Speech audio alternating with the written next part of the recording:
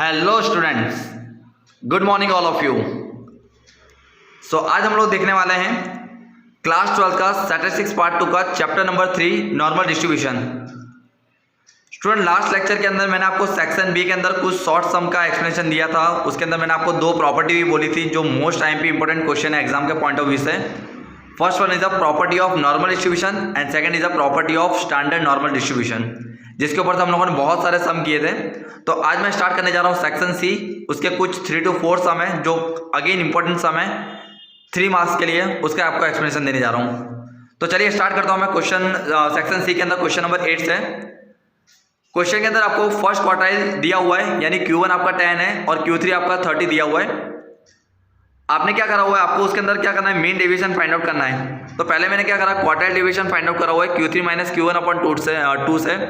सो 3 minus 10 upon 2 यानी 20 upon 2 यानी कितना मिल गया मुझे, 10 मिल गया मेरा क्वार्टाइल डेविएशन।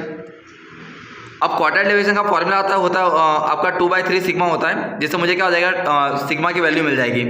सो क्वार्टाइल डेविएशन मैंने कितना रखा हुआ, 10 इक्वल टू 2/3 सिग्मा मल्टीप्लाई करने पे 30 डिवाइड बाई 2 यानी सिग्मा कितना मिल गया मुझे, 15 मिल गया। अब तो मेरा इजीली मीन डेविएशन निकल जाएगा, क्योंकि मीन डेविएशन का फॉर्मूला मेरा क्या होता है, 4/5 सिग्मा। सो 4/5 और सिग्मा की वैल्यू कितनी थी मेरी, 15 दी हुई थी। सो मैंने कट करा तो फाइनली मेरा मीन डेविएशन का आंसर कितना आ जा रहा है, 12 आ जा रहा है। क्लियर हो गया स्टूडेंट। चलिए फिर आगे चलते हैं क्वेश्चन नंबर 9 पे। क्वेश्चन नंबर 9 के अंदर आपको मीन डेविएशन 48 दिया हुआ है, आपका थर्ड क्वार्टाइल 120 है, आपको क्या करना है, Q1 निकालना है। तो अगेन स्टूडेंट मैं एक काम करता हूँ, मुझे मीन डेविएशन दिया हुआ है 4/5 सिग्मा, तो उससे मुझे सिग्मा की वैल्यू मिल जाएगी। सो 48 इक्वल टू 4/5 सिग्मा, 48 इंटू 5 और 4 को डिवाइड में लिया इक्वल टू सिग्मा। तो सिग्मा कितना आ गया आपका, 60 आ गया। तो आपका क्वार्टाइल डेविएशन का फॉर्मूला था 2/3 सिग्मा। सो 2/3 इंटू सिग्मा की वैल्यू कितनी आई थी, 60, तो उससे मुझे क्वार्टाइल डेविएशन मिल जाएगा 40। अब मैंने क्वार्टाइल डेविएशन क्यों फाइंड आउट करा, क्योंकि क्वार्टाइल डेविएशन का मेरा एक फॉर्मूला होता है Q3 माइनस Q1 अपॉन 2, जिसमें मुझे क्या करना है, ऑलरेडी मुझे Q3 की वैल्यू दी और Q1 मुझे फाइंड आउट करना है। तो क्वार्टाइल डेविएशन मेरा 40 आ गया equal to 120 minus Q1 upon 2 करूँगा मल्टीप्लाई। सो 40 इंटू 2 80, सो 120 माइनस 80, तो Q1 की वैल्यू मेरी कितनी आ जाएगी, 40 आ जाएगी। क्लियर हो गया स्टूडेंट, ये भी आपको ओके। चलिए देन क्वेश्चन नंबर 10 दिया हुआ है आपको, f of x equal to 1 upon 10 into under root 2 pi into e raise to minus 1/2 x minus 100 upon 10 का होल स्क्वायर।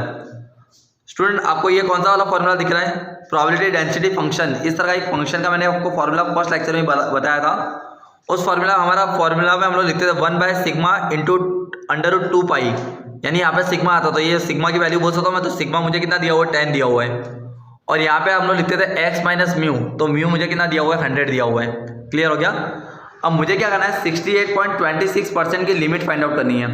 तो 68.26, तो 68.26% उसको डिवाइड करा तो 0.6826 हुआ। तो ये क्या की वैल्यू होगी, 0.6826। आपको मैंने नॉर्मल डिस्ट्रीब्यूशन के अंदर ये बताया था। तो ये किसकी वैल्यू होती है, म्यू प्लस माइनस सिग्मा की वैल्यू आपको दिखाई देगी।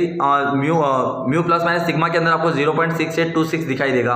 ओके, तो एक बार म्यू के अंदर क्या करना है, सिग्मा प्लस करना है और एक बार क्या करना है, माइनस करना है। सो 100 माइनस 10 और एक बार 100 प्लस 10, तो जो भी मेरा आंसर आएगा वो क्या आएगा, 90 to 110 के बीच में आ जाएगा। जस्ट खाली हमको ये लिमिट फाइंड आउट करनी थी।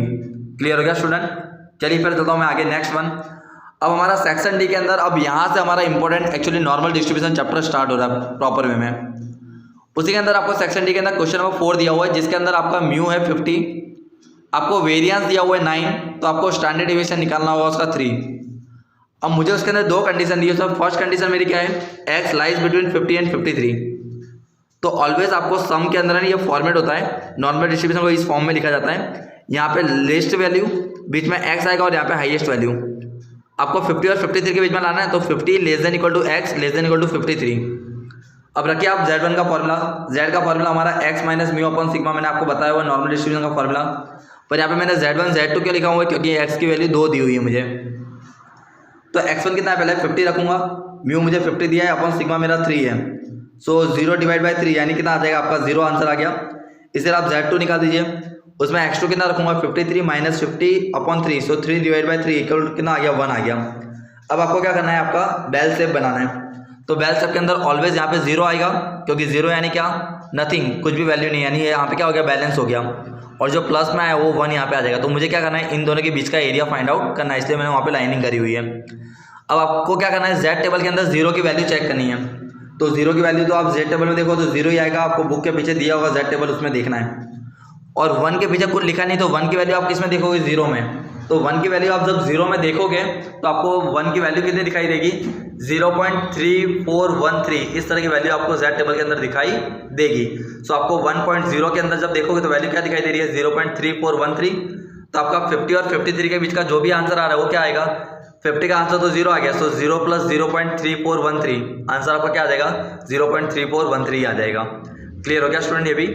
चलिए इसी तरह की दूसरी प्रॉपर्टी दी है जिसके अंदर मुझे 47 x < 53 दिया हुआ है, यानी x1 की जगह 47 रखूंगा और सेकंड टाइम में 53 रखूंगा। 47 - 50 डिवाइड बाई 3, 3 डिवाइड बाई 3 यानी कितना आ गया, -1। और उसी तरह सेकंड में क्या आ रहा है, +1। और -1 कहाँ जाएगा, लेफ्ट साइड पे, +1 जाएगा राइट साइड पे। मुझे इन दोनों के बीच का एरिया फाइंड आउट करना है। तो -1 की वैल्यू कितनी, 1 की वैल्यू तो 0.3413 होता है और +1 की वैल्यू भी 0.3413 होगी। तो अब आपको मैंने जो नीचे की स्टेटमेंट दी वो थोड़ा ध्यान से सुनिएगा आप लोग स्टूडेंट। 0.3413 एक्चुअली कभी भी प्रोबेबिलिटी को माइनस में नहीं लिखा जाता, पर यहाँ पे मैंने माइनस में क्यों लिखा हुआ है आपको ये सम को बहुत इजी में बताने के लिए। -1 की वैल्यू आई तो 0.3413 होता है, तो उसके आगे माइनस रखा। ऑलवेज बीच में तो आपको माइनस ही रखना है। और +1 की वैल्यू भी कितनी आती है, 0.3413 आती है। अब दोनों का माइनस माइनस क्या हो जाएगा, प्लस हो जाएगा, 0.6826। अब आप बोलेंगे सर माइनस माइनस प्लस हुआ, आगे माइनस आना चाहिए ना, पर प्रोबेबिलिटी कभी भी माइनस में आती नहीं है। ये तो सिर्फ जस्ट मैंने आपको इसका इंडिकेशन देने के लिए, जिससे आपको सम इजी वे में क्लियर हो जाए, इसलिए मैंने इस तरह आपको बताया हुआ है। क्लियर हो गया। तो -1 की वैल्यू 0.3413, +1 की वैल्यू 0.3413, बीच में तो ऑलवेज माइनस ही आएगा, तो ये माइनस माइनस क्या हो गया, प्लस हो गया। अगर यहाँ पे 1 होता और एक वैल्यू होती है 2, तो 2 का जेड टेबल में अगर मैं प्लस में देखता हूँ, 1 का देखता हूँ, तो दोनों को माइनस करते। क्यों, क्योंकि दोनों वैल्यू क्या थी, प्लस में थी। क्लियर हो गया। यानी कभी भी अगर एक वैल्यू माइनस में हो और एक प्लस में हो तो दोनों वैल्यू का हमेशा क्या होगा, एडिशन होगा। अगर दोनों ही वैल्यू प्लस में हो तो हम लोग क्या करेंगे, सब्ट्रैक्शन करेंगे। क्लियर हो गया स्टूडेंट। अभी भी बहुत सारे ऐसे सम है जो इसका मैं एक्सप्लेनेशन दूंगा, यानी आपको बहुत ही इजी वे में क्लियर हो जाएगा। तो आई होप दैट आपको यहाँ तक के सभी सम क्लियर हुए होंगे। नेक्स्ट वीडियो लेक्चर के अंदर हम लोग और भी इसके सम देखने वाले हैं। So till then bye and take care.